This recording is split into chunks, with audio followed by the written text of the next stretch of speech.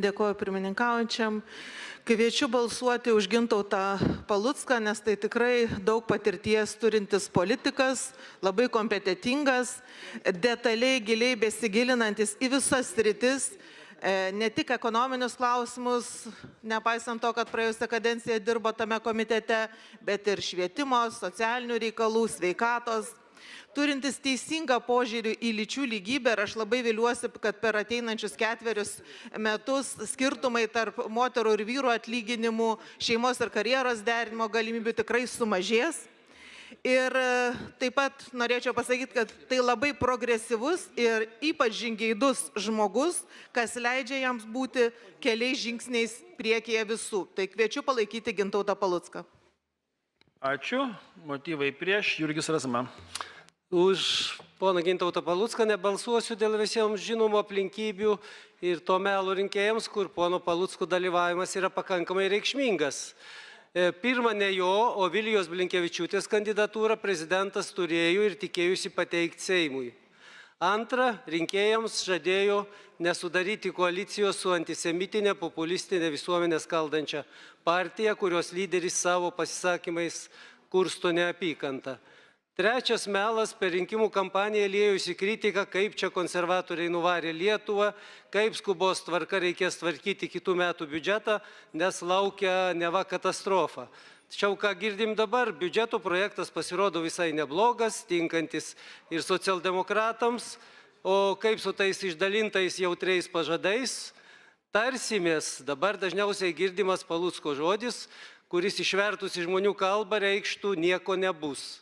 Dirbdamas Seime būsimasis premjeras rūpinosi, kaip žinom, plantacijomis Turkijoje ir Brazilijoje. Šiais metais įkūrė įmonę naudojančią akumuliatorius iš Kinijos, jo įmonėje gaminamoms baterijoms, o tik išrinktas į Seimą puolė aiškinti, kaip svarbu atkurti santykius su Kinija. Iš Kinijos tiekiami komponentai jo verslo įmonėm yra labai reikšmingi, nuo jų priklauso tų įmonių pelningumas ir Gintauto Palucko gaunami dividendai, kurie sudaro gana žymiai jo pajamų dalį. Tai kur garantija, kad būdamas premjeru jis dirbs ne savo verslams, o Lietuvai ir jos žmonėms. Ačiū. Motyvai už. Remigijus Žemaitaitis. Ačiū, gerbiamas Seimo pirmininkė. Kolega mano Jurgis, ko gero, demagogijos baigęs mokyklą, tik nežinau kokią, ten carinę ar tarybinę. Tai gerbiamas Jurgi, pabėginkit, pažiūrėkit savo akyse gal kažkokį kristlą. Ingrida Šimonytė pasakė, jeigu mano vyriausybei kils kažkoks tai nesklandumas, neiškumas dėl ministro ar bus korupcinis dalykas, aš tučtuojau atsistatydinsiu. Taip jau jinai atsistatydino, kad vos pirmalaikių rinkimų jūsų partija neįvarė. Antras dalykas, jau tokie jūs sąžininkai, tokie nemelagiai, jūsų frakcijos narė Radvilė Mikulėnienė slėpė Bardaševičiaus pedofilijos skandalą ikiteisminio tyrimo byloje, netgi Signal programoje ištryninėjo žinutės.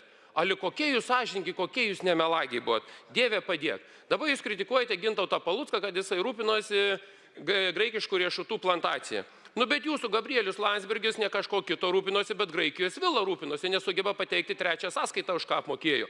Jau jūs taip labai tokie sąžininkai dori esat, kad rūpinotės Gabrieliaus Landsbergio mokykla, kur už 1 eurą sklypą gavo. Nu, kolegos, aš dar kartą jums tiesiog noriu, atsikvošėkite jūs konservatoriai dešinieji, leiskit padirbti bent 100 dienų ir tada bus galima pakritikuoti. Pasižiūrėkite, ką jūs padarėte ir tada kritikuokite kitis. O aš vis dėlto kviečiu palaikyti Gintautą Palucką ir jums, konservatoriams, būtų didelis pliusas, jeigu jūs šiandieną ir prabalsuotumėt už Gintautą Palucką.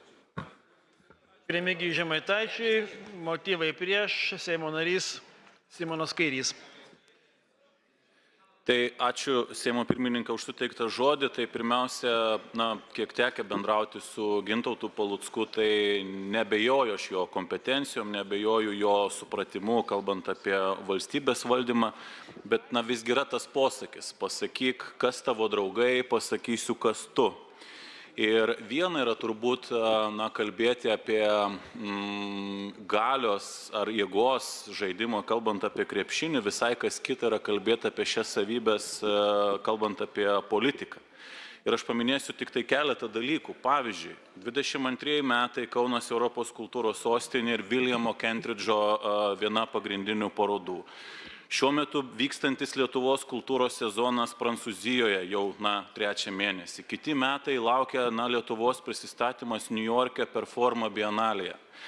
Tokie iškilūs pasaulio menininkai kaip Markas Šagalas ar Samuelis Bakas Lietuvos muziejuose tapo kasdienybė ir raktas į tokios kultūrinės diplomatijos laimėjimus yra labai paprastas žodis – litvakai.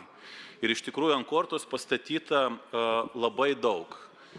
Jau neminėsiu ir nekalbėsiu apie Konstitucinio teismo sprendimą dėl pono Žemaitaičio, kuris yra daugiau nei aiškus ir net ir paksas daugiau nieko neįrodė Europos žmogaus teisių teisme, tik tai susimažino bausmės laiką.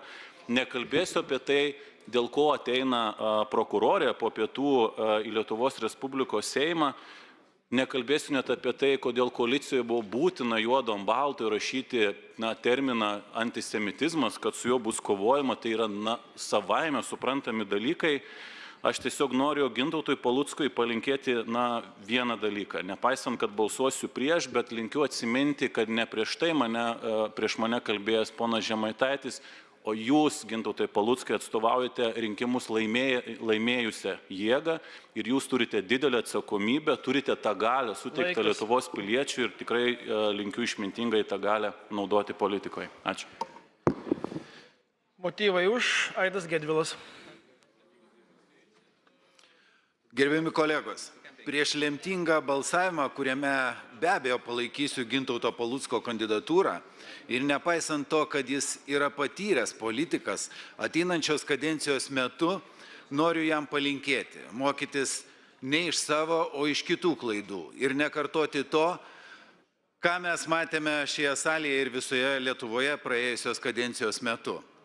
Tad linkėdamas jam daugiau empatijos, supratimo, atjautos, išminties ir vienodo požiūrio į visus Lietuvos žmonės, nepriklausomai nuo jų pažiūrų ir socialinės padėties.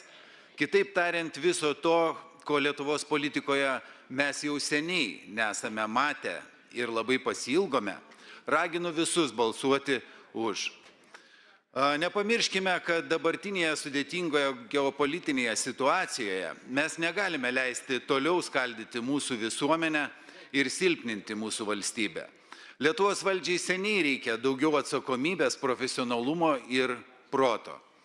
Man kiek keista girdėti nepritarenčių kolegų pigų politikavimą, neišsakant jokių argumentų. Nekalbant apie dalykinius aspektus, susidaro įspūdis, lyg Lietuvoje nebūtų problemų ir neturėtume iššūkių. Balsuokime ir palaikykime permainas, kurių taip senai visi laukiame ir kurių taip laukia Lietuvos žmonės. Lietuvos ekonominė politika, socialinė sfera, švietimas, sveikatos apsaugos sfera, užsienio politika ne tik reikalauja netidėliotinių veiksmų, bet ir išsamaus audito to, kas juose buvo pridaryta. Tad drąsiai ir ryžtingai tik pirmin už naują vyriausybę ir už naujos politinės eros pradžią. Ačiū. Motyvai prieš, Eugenijus Gentvilas. Aidas Gedvilas sako, kad opozicijos priekaištai yra pigus politikavimas. Bandau įsivaizduoti premjerą Gintautą Palucką, kuris susitiks su kokiu nors Olafu Šolcu, socialdemokratu, Vokietijos premjeru, kancleriu, tas paklaus apie antisemitą jūsų politinėje daugumoje ir Gintautas sakys: Olafai, ką tu čia pigiai politikuoji? Nustok. Linkiu, kad tų klausimų nebūtų, bet dėja to pigaus politikavimo teks girdėti ir iš demokratinių valstybių, mūsų partnerių valstybių vadovybės. O dabar, kaip aš sakiau, negaliu balsuoti dėl tų motyvų, kuriuos išsakiau, bet dar kitas dalykas, kas atsiskleidžia Gintauto personalijoje jau po Seimo rinkimų. Kaip jau minėjau, apgaulė dėl Blinkevičiūtės, apgaulė su pažadu, kad Nemuno aušros nebus. Bet pasirodė dar nauji dalykai. Kiti kalti, aplinka kalta, tokie paksistiniai argumentai. Pavyzdžiui, kaltinimai, kad opozicija inicijuoja publikacijas vakarų spaudoje. Kaip aš sakau, įsivaizduokite, koks galingas yra žygis paviljonis, kad The New York Times publikacijos atsiranda. Juk ambasados tam yra mūsų šalyje. Mūsų partnerių, demokratinių valstybių ambasados ir diplomatai pateikinėja informaciją apie Lietuvą ir opozicijai čia net nereikia dirbti. Aš nenorėčiau, kad būtų tokios publikacijos vakarų valstybių spaudoje, bet jos atsiranda ir dėja atsiras. Arba kaltinimai, kad opozicija rengia mitingus prie Seimo, šitaip kvestionuojant rinkimų rezultatus. Tai Gintautai, pačiam jau teko atsakyti, kad tai buvo nesusipratimas, paties tokie komentarai. Tai aš linkiu būsimam premjerui kuo mažiau prisišnekėti, kad nereiktų paskui atsiprašinėti ir sakyti, kad tai buvo nesusipratimas. Linkiu sėkmės darbe, o mano balsą kur nors kitur gausi. Ačiū. Ačiū už pasisakymą. Motyvai už Jūratė Zalskienė. Gerbiami Seimo nariai, visai neseniai Seimo narys iš dešinės kalbėjo apie jo mylimą Ameriką. Tai aš noriu pakalbėti apie mano mylimą Lietuvą. Ir rinkimų rezultatai parodė, kad Lietuvos žmonės, mano mylimos Lietuvos žmonės, laukia pokyčių. Ir tie pokyčiai dabar siejami su Gintauto Palucko vadovavimu vyriausybei taip pat. Tai manau, kad visi pavargo nuo nuolatinių gąsdinimų, nuo nuolatinių klišių kabinimo, nuo savinimosi meilės Lietuvai. Tai aš labai siūlau palaikyti Gintauto Palucko, kuris yra protingas, įsiklausantis, nebijantis iššūkių ir sugebantis prisijimti atsakomybę, bei, kas mano nuomonė yra labai svarbu, emociškai stabilus. Tai kviečiu palaikyti Gintauto Palucko kandidatūrą. Ačiū ir motyvai prieš Emanuelis Zingeris. Bičiuliai, apie patį Palucką negalvoju, kad man teks šiandien pasisakyti prieš dėl koalicijos. Kadangi apie mylimą Lietuvą galim pasakyti, kad mylimoje Lietuvoje iki karo gyveno 200 000 žydų kilmės tuo metu nužudytų antro pasaulinio karo metais žmonių, tai yra didžiausias beveik procentas Europoje. Ir mes sukūrėm tokį atvejį, kada per pastabas ir pajuoką jų atžvilgių mes patenkame į Seimą. Ne ponas Paluckas patenka į Seimą, bet čia sėdintis vienas žmogus, kuris vadovauja gan dideliai dabartiniai politiniai jėgai. Tai mes Europoje užtvirtinam ir norim pasakyti, kad europiečiai mums darys ateity pastabas.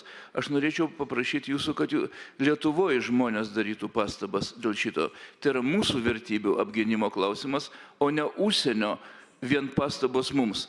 Todėl aš šį kartą balsuosiu prieš, kadangi mes turime 100-metį Lietuvos palikimą, 100 metų mes gyvenome kartu, įvyko didžiausia Europoje tragedija, 95% Lietuvos žydų žuvo, jie iki karo buvo Lietuvos piliečiai ir mes turėtumėm tai balsuoti, lyg tai jie būtų dabar šalia mūsų gyvi, lyg Paneriai ir 9 fortas būtų gyvas. Ką jis šiandien pasakytų, įdomu, tie 100 000 žmonių. Ir aš tikiuosi jūsų įsiklausimo į Lietuvos vidinį vertybinį pasaulį. Ačiū.